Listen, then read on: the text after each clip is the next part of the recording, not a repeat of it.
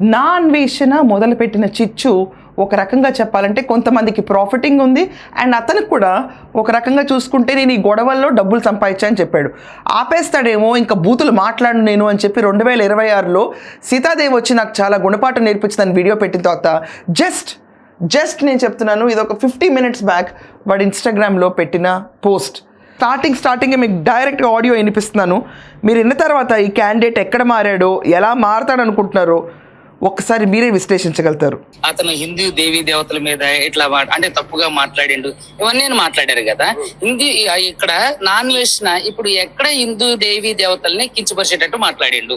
First of all అంటే booth vulgar language use చేసిండా, unparliamentary language use చేసిండా, లేదంటే అసలు ఇతను చేసిన తప్పు ఏంటి? ఇక్కడ కేవలం ఏంటంటే ఇక్కడ సీతాదేవి గారి గురించి, ద్రౌపది గారి గురించి మాట్లాడారు.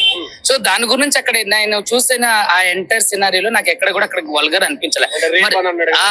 రేప్ అనేది ఏంటి? ఇప్పుడు ఇక్కడ రావణుడు సీత పైన రేప్ అటెంప్ట్ చేయబోయిండు, తర్వాత ద్రౌపదిని ఇలా జరిగించబోయింది. సో అందుకని కురుక్షేత్రం జరిగింది అని ఇలా జరిగింది కదా.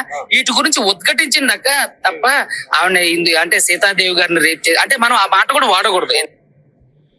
చూసారు కదా, సీతాదేవి పైన రేప్ అటెంప్ట్ జరిగిందంట ఈ ప్రవృద్ధుడు చెప్తున్నాడు. ఇక్కడ ఏం చెప్పాలండి?